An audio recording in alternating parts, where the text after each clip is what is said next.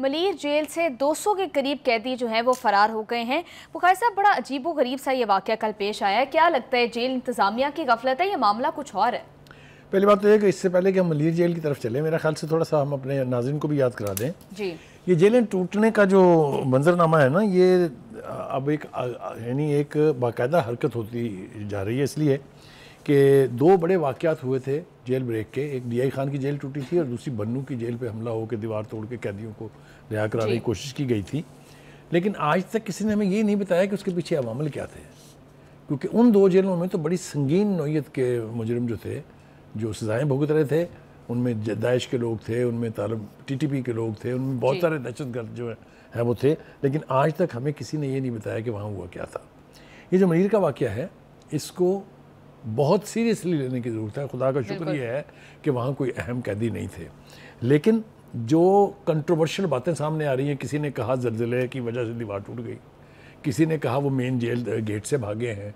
और भाई ये हिसार की तरह से होता है, जैसे ये दायरा आप देख रही हैं, तो इसके अंदर अगर बैरक टूट भी गई है तो बाकी के हिसार तो मौजूद थे ना, वहाँ से कैसे वो चले गए? और दूसरी हैरानकुन बात यह है कि कैदियों ने असला छीन लिया, यानी मुसल्ला जो लोग ड्यूटी पर थे उनसे असला निहत्थे से कैदियों ने छीन लिया। भाई वाह वाह वाह, तो ये क्या मंजरनामा है, ये मुझे इसकी भी समझ नहीं आई है।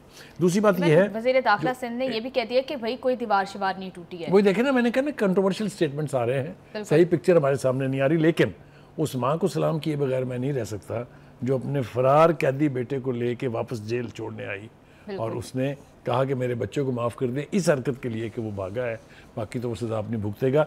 ये इसको अब ला अबाइडिंग कहें आप या उस माँ को मैं तो सलाम करता हूँ उस माँ को जो अपने जिगर के टुकड़े को वापस जेल छोड़ने के लिए आई। लेकिन हकाम से मुतालबा यही है कि खुदा के लिए आवाम के साथ शेयर करना शुरू करें कि क्या अवामल थे जिसकी वजह से ये हुआ।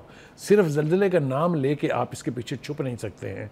ना ही ये कि आपने IG जेल को बदल दिया है, आपने जेल सुपरडेंट को मुअत्तल कर दिया है, DIG जेल को मुअत्तल, ये दीज आर कॉस्मेटिक। और भाई पहले आप इस नतीजे पर तो पहुँचे कि उनकी गलती थी या नहीं। IG जेल खाना जात की क्या गलती है अगर वहाँ पर किसी किस्म का कोई वाक़या हो गया है?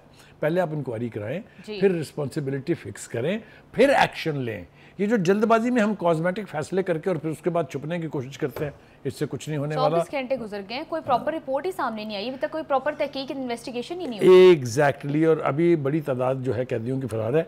हम तो मुतालबा सिर्फ ये करते हैं कि खुदा के लिए एक तो आवाम को ये बताएं कि हुआ क्या था, और दूसरा ऐसे इकदाम करें जिससे जेल ब्रेकों के ये सिलसिले बंद हों। बिल्कुल, ये बहुत ज़रूरी है, वरना इस किस्म की खबरें हम तक पहुंचती रहेंगे। शर्जील मेमन ने कोशिश की सारी कि सिंध हुकूमत का मौक़िफ़ जो है वो सामने आए। उन्होंने कहा कि अगर ये कैदी खुद से वापस आ जाते हैं तो लीनियंट एक्शन लेंगे, अगर हमने खुद इनको गिरफ़्तार किया तो 7 साल की सज़ा उनको मज़ीद हो सकती है जेल ब्रेक के जुर्म में। तो हैविंग सेड दैट, मेरे ख्याल से सिंध हुकूमत से हमें तवक्को है, यकीन है हमें कि वो ऐसे इक़दाम भी करेंगे, ऐसे एक्शन भी लेंगे कि इस तरह के वाक़यात दोबारा ना हो।